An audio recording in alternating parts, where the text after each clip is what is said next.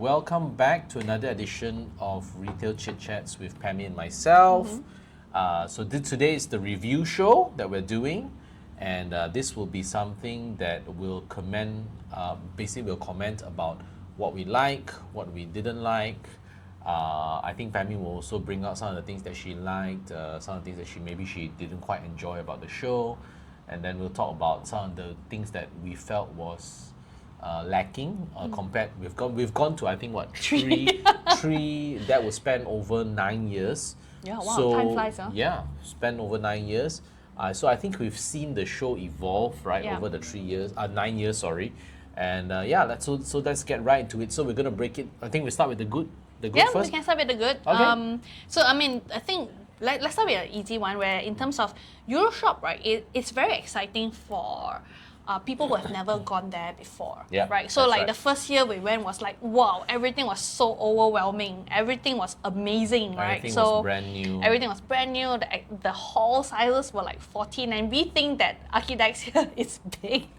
I think clearly hall size in Europe is so much bigger that they have to have a shuttle bus to shuttle you around from hall to hall. Correct. By the end That's of the right. day, every day, minimum 20,000 steps. No fail, right? So much to see. But of course, as like Tim mentioned, we've gone through like 3 shows right now.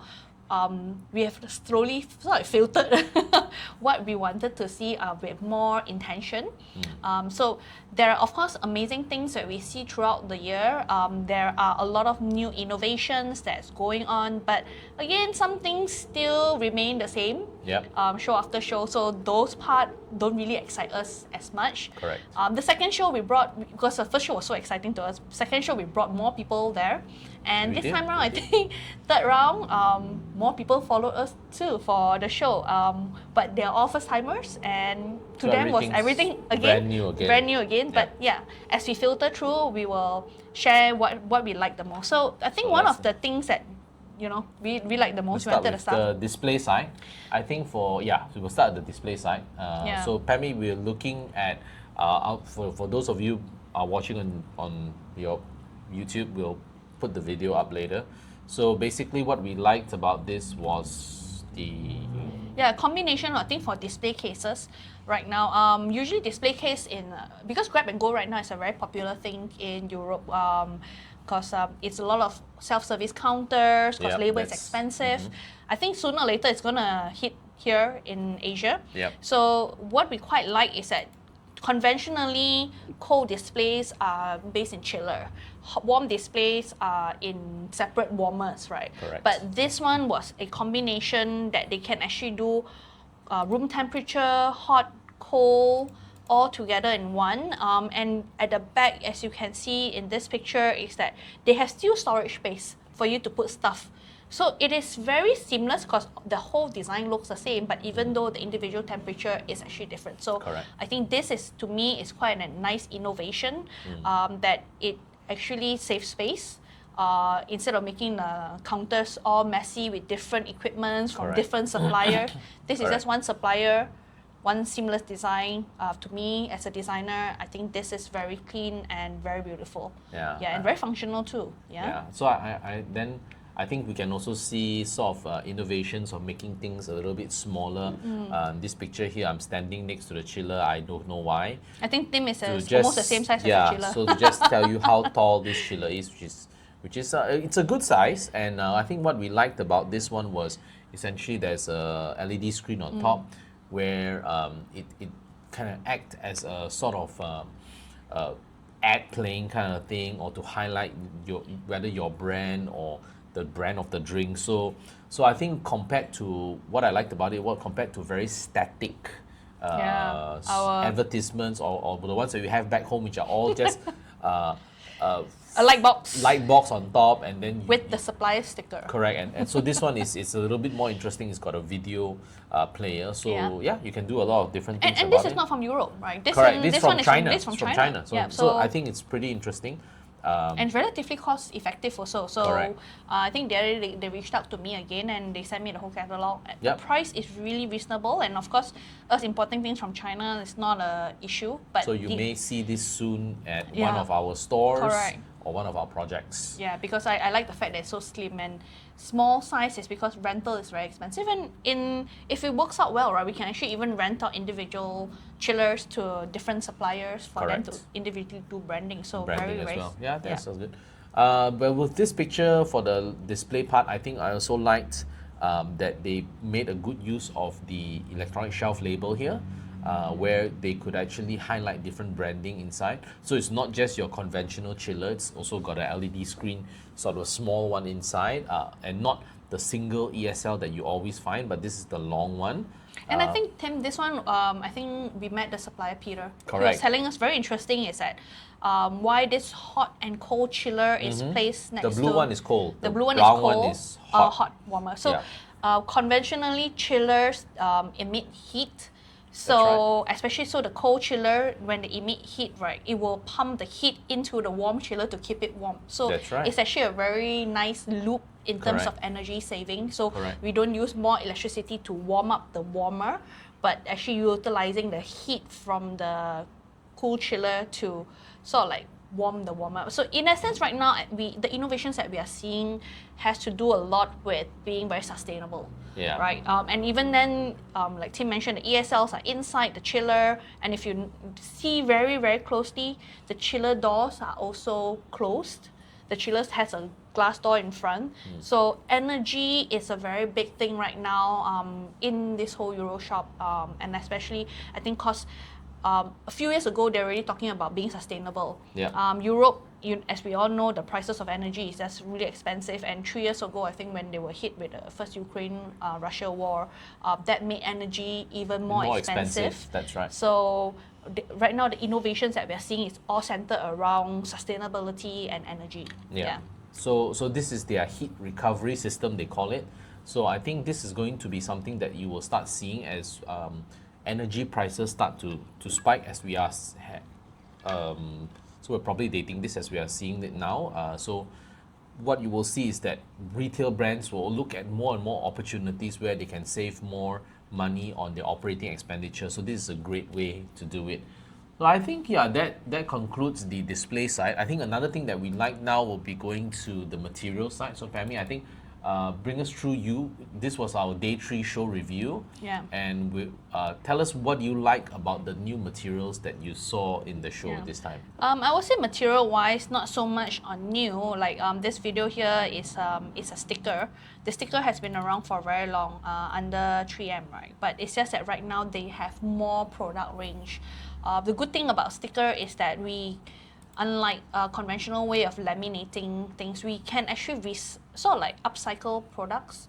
Like if you want to give your shelf a brand new look, but without actually removing the whole laminates and re-stick the laminates again, sticker is a very easy way to change the look and feel.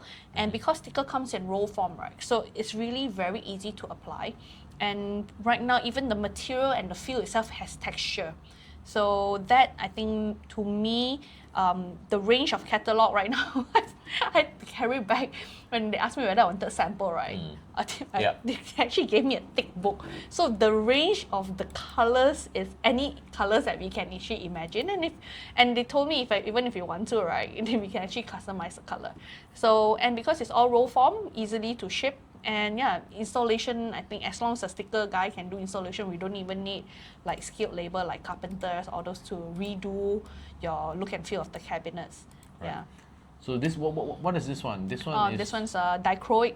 I was looking at holographic films because I wanted that to for one of our projects. Yeah. Rainbow effect. Yeah. So applications on walls. And again, recap a little bit of this chain link material.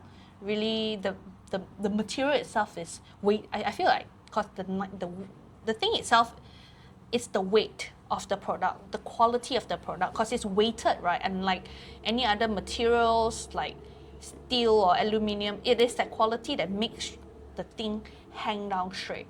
I think the other day we saw it was a bit tangled up already, it's right? Tangled up. I think it was either someone pushed it or wind or whatever. Yeah, and they told me it's very easy. As long as we ship it, it's just like hanging up a curtain.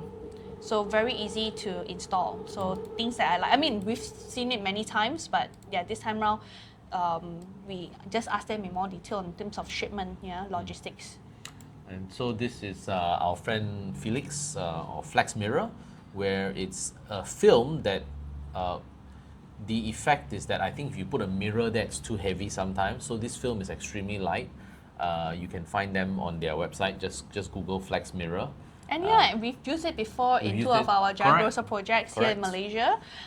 We did it in the Jaragrosa Damansara City Mall, non-halal hangs, and also at Intermark. Intermark. So Intermark, the reason why I used this because we had a very low ceiling, but I wanted to create that double volume ceiling effect.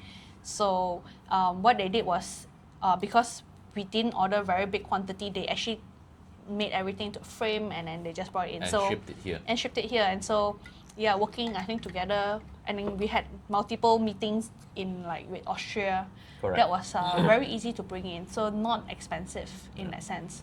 And the next thing I think we liked also was I think you found this supplier, which was a Taiwanese manufacturer of recycled materials. Textile waste, turning textile waste into boards. Yeah. So I think we were very gearing much towards looking at sustainable materials for this time round. Yep. Sustainable, easy, lightweight. These are our key features. Anything else that we saw, in terms of displays and whatnot, it was mainly to find inspiration. Because now, because we have Mofi that we can work with, right? So in terms of rack, I'm all covered on that zone. And very cute. The boards are really sturdy, right?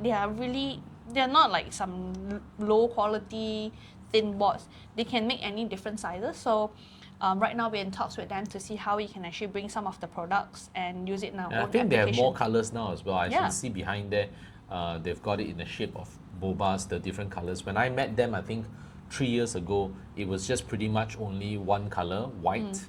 And it was mostly used for hangers. The boards were available, but not in many shapes. I think they were all flat. Yeah. So 3 years on, I think now they can cut it into different shapes. They can bend it, they can mold it, which makes it a lot more user-friendly. And that's what the hindsight of, I think, attending this show over time. You get to see sometimes when the suppliers come back and you can see the innovation that's changed in the material. And I must say, Tim, it's a very sturdy material because you can see the little horse, this horse here, right? Because this year is the year of the horse. So what the supplier did was they gave me a small horse keychain, and then throughout my whole trip, I was carrying around my bag. And so that's what I was okay. I was really rough with my bag because in Europe we were traveling with the train and we were dumping the bag. The horse survived. No chips at all. So Correct. Very nicely, nice souvenir to help me remember the brand. Yep. I think it's a great. So what's next? I think what we really liked was also there were a lot of self-checkouts available.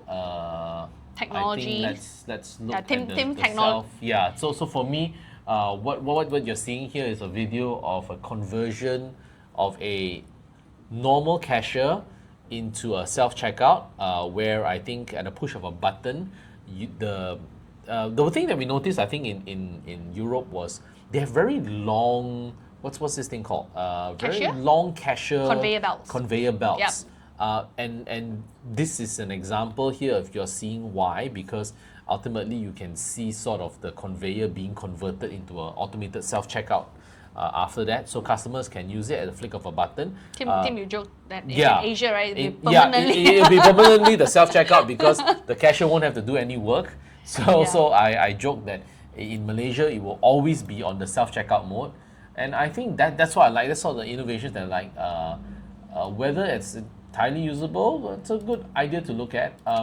So I found this robot as well, which allowed you to very simply. The second thing I like was it allows you to scan your stock, sort of identify stock out, wrong position. So it sends. But why I'm highlighting this is not that this technology is new. It's just that at this point in time now, they've started to incorporate more LED screens on the front and back of the robot so that they can sort of reduce the cost. They know this thing is going to cost a bomb. So how can I reduce cost? Allow you to sell advertising. Not the most innovative idea, but at least you can see that there's a lot more use, and from a project perspective, you sort of can Marketing. yeah, you can sort of put a marketing expense to it, and I think you can also sort of justify this cost. I think the challenge with a lot of technology, I think, is justifying the use of it, because the cost is so high, right? But I think that's what's really interesting about this. And I also like to highlight the same thing at the booth. They have a handheld scanner here, which is able to help you to identify. These are an example of packaged cookies, where just from taking out your mobile phone and viewing it, you can tell when the cookies were due, so it's telling you to reject the cookies and to take it off the shelf. So this is one of the things I believe we are sorely lacking now in the industry, where we really can't identify old product, new product, especially when it comes to food, right? And customers tend to pick it up, it's quite often. So with one flick of a wrist, I think customers are able to see when that food was, and how, and whether it should be removed or not. I think the challenge here, as I was talking to him, was I was highlighting how the expiry date issue is one where you can only identify from the barcode. And also it needs to be a GS1 barcode. It can't be anybody else's barcode. So this is something that the industry has to catch up with. The technology is there today, but the question is, how do you sort of, make sure that it's usable, right? So that's what I liked about this one. I think, Pamy, you also did like this one, right? Which was the picture of the freezer, which was automated in the sense that you could buy. Oh yeah. Imagine buying ice cream. Buying ice cream without needing a cashier there. Yeah, everything's just paid. You pick up what you want. There's a camera in there. Yeah, I think because security and theft is a very big topic also. Everywhere. Particularly Europe, because labor is expensive, so they can't have too many people watching after the store. Right. Unlike here, I think we had a conversation the last Euroshop with our client from Indonesia. We told them and say, hey, do you want self-checkout? They say in Indonesia we don't really need, because if we have not enough people, we just throw people at the problem. Right? But I think everywhere else, as we move towards a more developed nation, like right now we are facing it ourselves. Like I think we are our own small cafe, experimental cafe, that we feel that finding local staff is really difficult. Right? So and some of this requires like really a lot labor intensive. So you can't be monitoring your customers all the time. You must have some sense of trust with them. But at the same time, if you can put technology in place to sort of like do theft prevention, I think that it's where Europe is heading for. Yeah. Okay, anything last to add on, and what you guys hope for the Expo? Do you have one? Definitely more people coming in, more connections that we can make, and also just to be able to show people this kind of mentality, this kind of mindset when it comes to your space. Yeah, you don't need like to have everything sorted out with money. You can have like a basic one, then you customize it however you want. So that is the message we want to give to people, to have that mentality. Yeah. I think definitely up in Europe, we definitely are trying to look for partners, people to collaborate with, anyone who wants to become our dealer, to become our representative up in Europe. We're really hoping that, if you guys are interested, come talk to us, find out ways that we can collaborate together. So hopefully we'll make some new friendships. Yeah. And of course, we want to put our footprints in Europe, of course. And we want to push more few malls, try to collaborate together with all those designers or retailers out there. Yep. I think as a designer myself, I find Pano and Tubo is my two favorite products of all the range. As a designer, we are like always.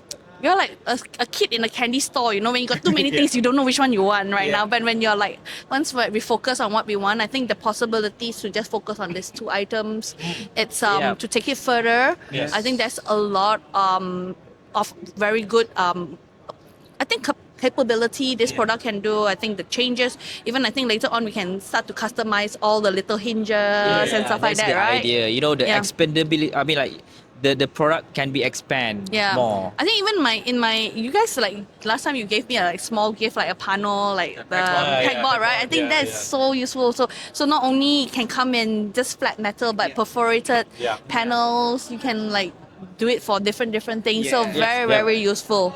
And of course, the moral of the story for this whole entire trip is that it came in your luggage. You know, so that's, I think it's a very key, good selling point. All right. So I wish you guys all the best for the show, and Thank we have you. like 2 more days to go. Two more. Yeah, Two more days to go. Enjoy Germany. Yeah, I don't think forget we are at Hall 11, 11, yes. 21. Correct. Yeah. You always forget to mention that. But yeah, cool guys. All right. That's short session. All right.